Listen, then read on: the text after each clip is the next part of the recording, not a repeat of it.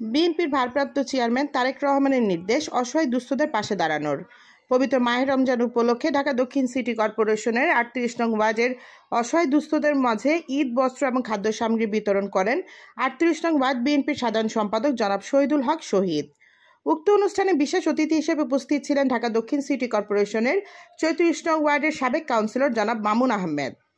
এই আয়োজনটা আমি বস্ত্র প্রতি বছরই আমি বিতরণ করি, তো এভাবে প্রকাশ করে না, আমি আমার মতো করে আমি করি। আমরা আসলে এই ভাবটা প্রকাশ করার উদ্দেশ্যটা হলো যে বিগত 17টি বছর আমরা নির্যাতিত ছিলাম এই ফ্যাসিবাদ সরকারের আমলে। আমরা যে কোনো এই ধরনের ত্রাণ বিতরণ করতে গেলেও তারা আমাদের বিভিন্ন ভাবে পুলিশ দিয়ে হয়রানি করত। তো আমরা কিভাবে করতাম, আমরা ঘরে ঘরে পৌঁছে দিতাম, তো চুপচাপে আমরা ডেকে অফিসে ঘরের মধ্যে এই অনুষ্ঠানগুলো আমরা করতাম। এই ফ্যাসিবাদের স্বৈরাচারের দোষরদের অত্যাচারে আমরা কিভাবে কতগুলো বছর আমরা নষ্ট করেছি সেটা আমার এলাকাবাসী জানেন, এখনো অব্যাহত আছেন। আর বিশেষ করে আমার এই এলাকাবাসী মা বোনরা আমার সামনে বসে আছে। কয়েকদিন আগে আমার বিরুদ্ধে একটি মব তৈরি হয়েছিল। এই মগের মানে মগটা কি একটা পরিস্থিতি তৈরি হয়েছিল, যে পরিস্থিতিটা একটি নীলনকশা। এই নীলনকশা যে আমরা জনগণের রাজনীতি করি, জনগণের সাথে আমাদের সম্পর্ক, এই সম্পর্ক উন্নয়নে যে তাদের একটা ভালোবাসা, তারা আমাদের এরকম নেতৃত্ব যারা আমরা দেই, আমাদের হয়তো একটি হয়রানির জন্য তারা এই ধরনের একটি অবস্থা সিচুয়েশন তৈরি করেছিল যাতে আমরা ভয়ভীতি পেয়ে যাই। এটা আমি ভয় পেলে কি, আমি না থাকলে কি, কিন্তু আমার যে এলাকার যে আমার মা বোনরা আছে তারা কি ভয় পায়? আমার এই ভয় দিকে তারা কি ভয় পায়? আপনারা নিজেরা চলে আসছে। আমার বাড়ি পাহারা দিয়েছিলেন আপনারা, এবং যারা আমার বাড়ির উপরে বিভিন্ন ধরনের আঘাত আনতে চেয়েছিল প্রাচীনের মতো, আপনারা দাঁড়িয়ে পুরো রাতটা আপনারা দাঁড়িয়ে থেকে প্রতিবাদ জানিয়েছিলেন। আপনাদের সকলকে ধন্যবাদ দিয়ে আমি ছোট করতে পারবো না। এই এলাকার মা বোনরা আমার মা বোনের মতো যে দায়িত্ব পালন করেছেন, আমি চিরকৃতজ্ঞ আপনাদের কাছে। ইনশাআল্লাহ আমি সবসময় আছি, আগামীতে থাকবো, যাতে আমরা যারা জাতীয়তাবাদী বিশ্বাসী আদর্শ সৈনিক, আমরা মূল ধারা রাজনীতি করি।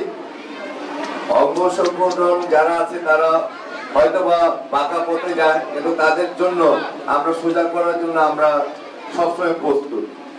আমরা বাঁকা পথে দিতে পারবো না। আমাদের যে নিয়মতান্ত্রিক রাজনীতি আছে, সহজ সরল এবং জনগণের যাতে দুর্ভোগ লাঘব না হয়, আমরা ওই রাজনীতি করে আসছি।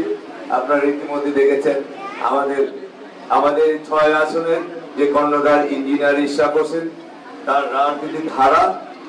রাজনীতির ধারাকে আমরা ফলো করি, আমরা অনুসরণ করি।